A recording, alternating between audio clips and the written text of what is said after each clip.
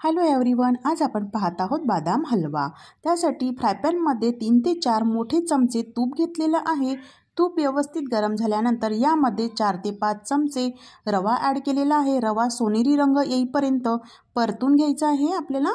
त्यानंतर बदाम जे आहे 1 वाटी घेतलेले आहे। गरम पाण्यामध्ये 10 मिनिटं भिजत ठेवल्यावर त्याचे साल काढून मिक्सरला जाडसर अशी पावडर बनवून घ्यावी। तुम्ही बघू शकता दाणेदार असं आपला बदामचं जे पावडर आहे ते दिसायला हवं। मीडियम फ्लेमला बदामची पावडर व्यवस्थित भाजून झाल्यानंतर आपण यामध्ये दूध ॲड करूया। दूध सुरुवातीला मी 1 वाटी ॲड केलेलं आहे। व्यवस्थित असं मिक्स करून घेऊया। लागेल तसंच आपल्याला याच्यात दूध ॲड करायचं आहे।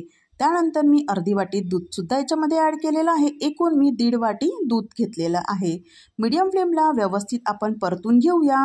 यामध्ये आपल्या आवडीनुसार साखर ॲड करावी। मी अर्धी वाटी साखर ॲड केलेली आहे। त्यानंतर यामध्ये 1.5 चमचा तूप घेतलेला आहे।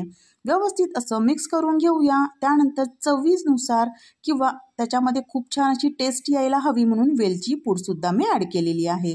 व्यवस्थित मिक्स करून घेऊया। तुम्ही बघू शकता तूप सुटलेलं आहे व्यवस्थित असं।